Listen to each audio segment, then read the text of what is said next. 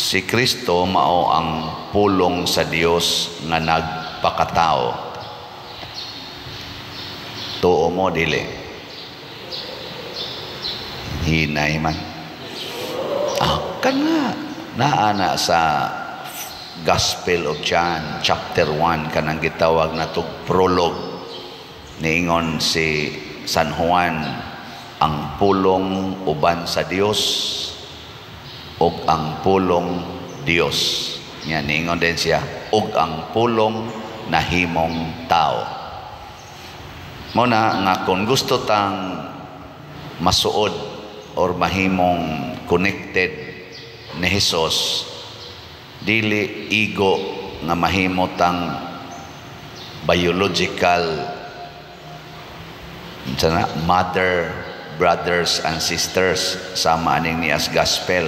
Di na igo nga makaambita siyang dugo related ta niya by blood or by race as Jewish mga Israelites. Dili sad igo ang formal relationship with Jesus, kanang atong gitawag og sacramental nga koneksyon sama natong mga binunyagan nga inig humagbunyag mahimo din tang anak sa Ginoo, igsuon ni Kristo. Dili sad igo ang kining atong pagsigig simba, di ni igo unsa magigipangita ni Kristo pagtubag niya diri nga niingon ang mga tao, ang imong inahan og mga igsuon na as gawas gusto makigstorya nimo. Ang tubag ni Hesus niingon siya, ang akong inahan og mga igsuon mao kadtong mamati sa pulong sa Dios ug magtuman niini. Kani inyong pagsimba dinhi mamati man moron, di ba? Basta wa lang gyud moron mga tug. Ngay ka na be, ing nakaroon na imong tupad, ing na nakadungog kas gibasa. Sige ko na be, ato ko na mong pangutanon, unsa may gibasa sa first reading, kinsa man tong basahon. Nawa na, hilo na. Unsa may gihisgutan sa first reading karon? Wa na, mao na. Wa gani mo kapasar sa unang requirement, maminaw. Pero kanang pagpaminaw, dili pa ginaigo. Gipares gyud ni Kristo ang duha, maminaw ug magtuman sa pulong sa Dios. Kinsa ganito ang pulong sa Dios? Na, usa mo si Jesus lagi mao ang pulong sa Dios. Sa ato pa di ay kadtong maminaw ug magtuman sa pulong ni Jesus. Kana siya. Hain man ron ang pulong ni Jesus, iyang gibilin sa simbahan, pinaagi ni San Pedro ug sa mga successors. Kinsa may nagtingog ron nga successor ni San Pedro? Karong gutlo kinsa may nagtingog? Si Father Siano na kay giordinahan ni si Padre Siano aron mosulti o mosabwag padayon sa pulong sa Dios dinhi sa simbahan. Unsa may gisulting Padre Siano? Palit mog slat. Na mo. Unsa mao mo kunay akong gisulti pamalit mog slats. Di ba? Duhanan na ka klase atong slats nga gitawag og donation slots, ang holy pads para sa atong National Retreat of Priests karong November 7 to 9, tag 100 pesos na per slot. Wala lang ko update kay ugma na lang ko mo update kay wala pa tay mga online banking niya. Ang sunod nga donation slot nga bag-o na tong gi-introduce ang sa to MEG, Mother Mary's Enriching Graces, para po na sa atong umaabot nga pista sa atong segunda patron karong October 5 to 14. October 14 to 20,000 ka slots na atong ibaligya nga tag 100 pesos per slot. Unya ang sunod, ang investment slot kaning DSAP, Divine Solution and Prosperity. Tag 500,000 pesos per slot na siya. Kung sa may tumong ana, gustos Ginoong ipapalit ng yuta diha, skilid.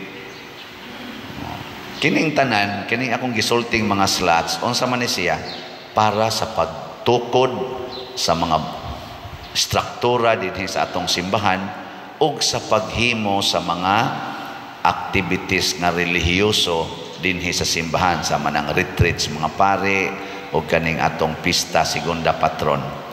Unsa may gisulti sa unang pagbasa, migamit ang Ginoo sa propeta, migamit ang Ginoo ni Ciro, ni sa tong usa Dario, Artaxerxes, mga hari sa Persia.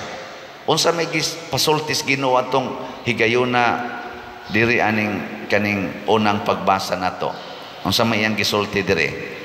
Ang Ginoo miingon, pasagdi ninyo ang mga kadagkuan sa mga Hudiyo ug ang ilang mga gobernador nga maoy magtukod pag-usab sa templo diha sa nahimutangan niini.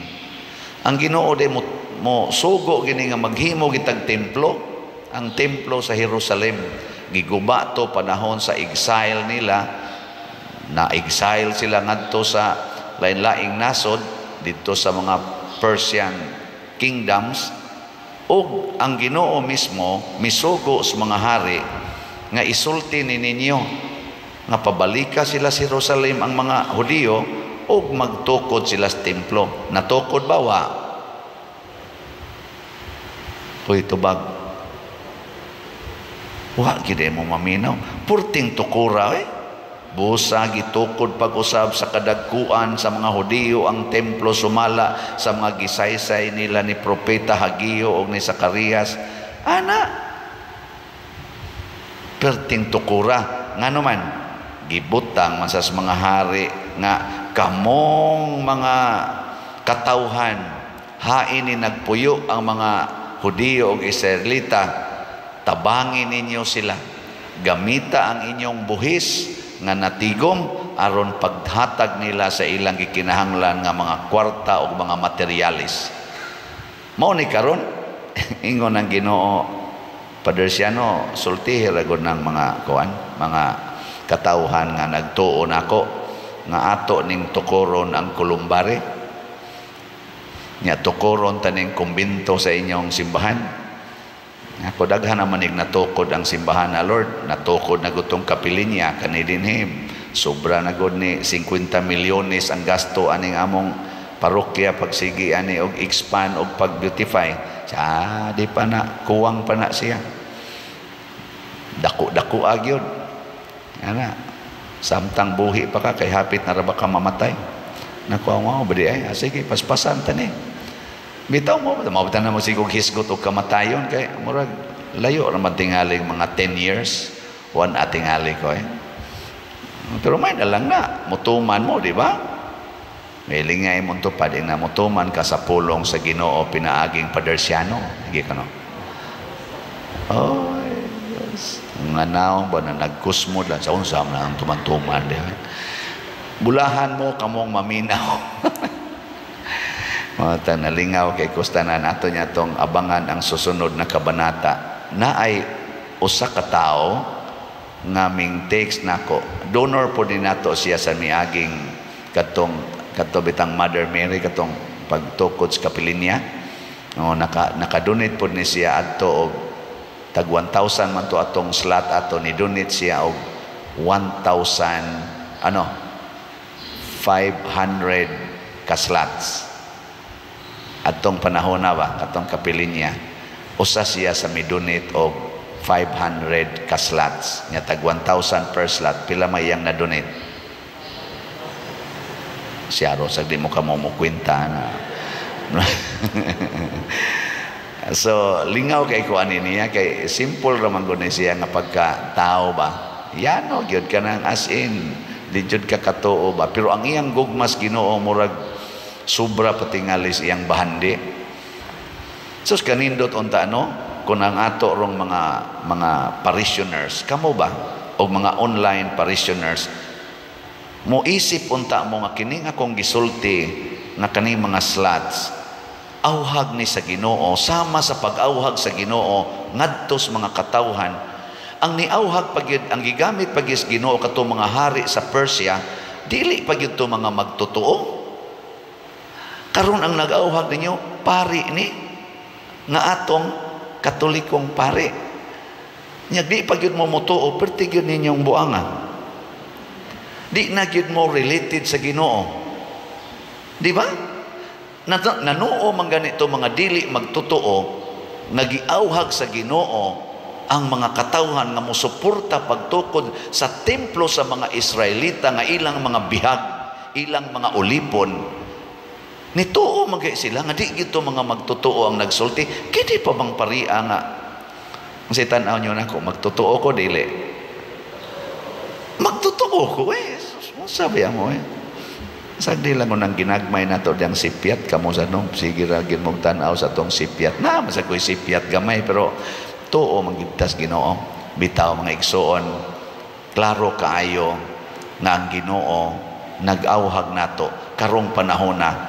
Nganong karon man yung panahon na naghimo ta aning medyo katingalahan nga mga proyekto.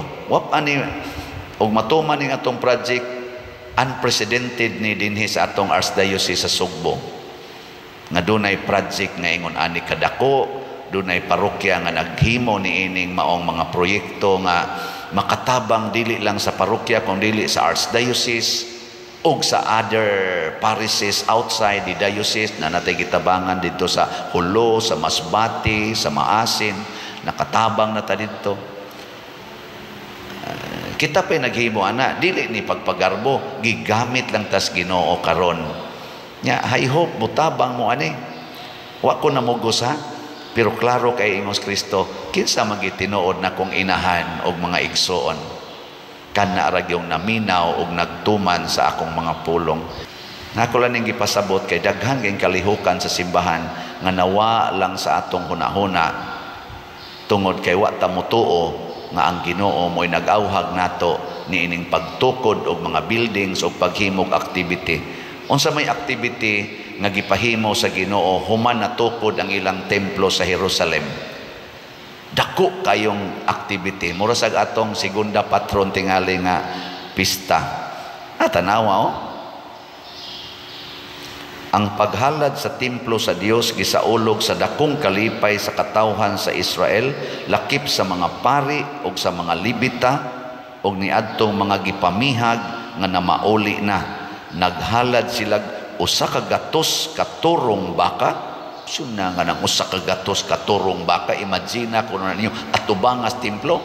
Ang ilang templo akan tingali times 5 siguro ning gidakon ato ilang templo kay dakom to kayo.